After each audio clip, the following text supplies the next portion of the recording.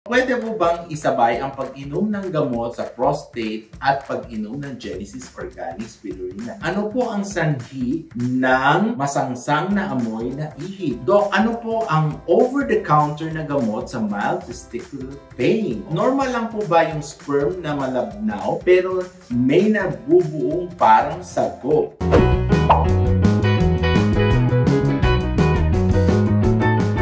Hello and welcome to this channel. Ako po ang inyong friendly urologist na si Dr. Joseph Lee.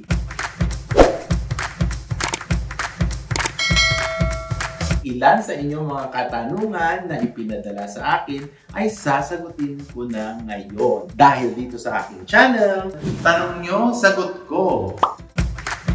Mula kay Efren Babon. Dok, pwede mo bang isabay ang pag-inom ng gamot o sa prostate at pag-inom ng Genesis Organic Spirulina?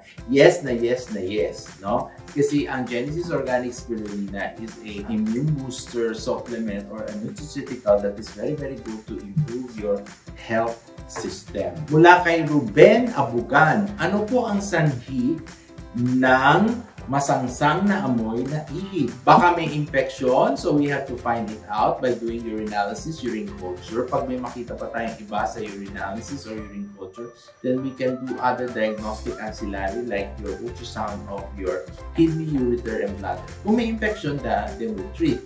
Kung may makita tayong iba, then we treat and do other management. Okay? Mula kay Ramil Nipas, good AM.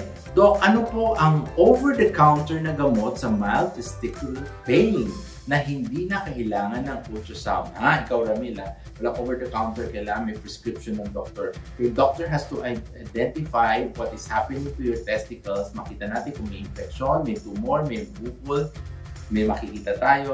Then we proceed to other ancillary procedures, okay? Now, other than ancillary procedures like your ultrasound of your testicles, you can do otherwise with the prescription and from consultation of your specialist. Mula kay Carlito Enriquez Jr. Good day po, Doc. Good day rin sa'yo.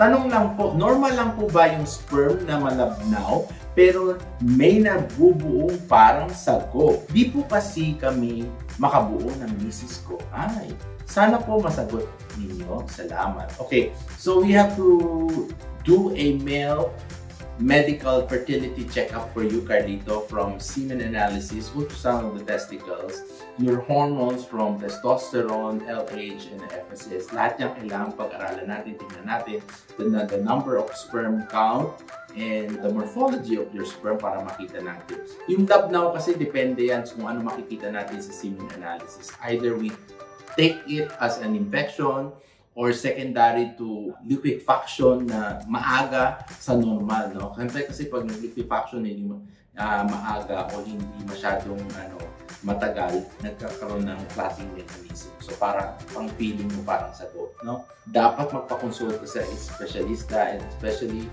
we will work up your fertility aspect with regards to the male X factor. Okay? Mula kay Rolando Buan Maur. Ako po ang may goiter problem. Paano po kaya makakatulong ang Genesis Spirulina sa akin? Of course, you have to treat your thyroid glands. Kung meron siyang bukol, if it's goiter, it's benign. Pag malignant naman siya, we have to classify it histologically kung papillary, follicular, mixed type, no? Or you need to undergo thyroidectomy. Now, your spirulina will just give you immune boost you para lumakas ang pangangatawan mo, para kahit na nagki-chemotherapy ka o post-thyroid procedure, ay malakas ka pa rin. At yan ang sagot sa inyong mga katanungan. Huwag kalimutan mag-subscribe at i-click ang notification bell. Post your question in the comment box below. Dahil dito sa aking channel, tanong nyo, sagot ko. Muli, ako po ang inyong friendly urologist na si Dr. Joseph Lee saying hello but never goodbye. Thank you for watching!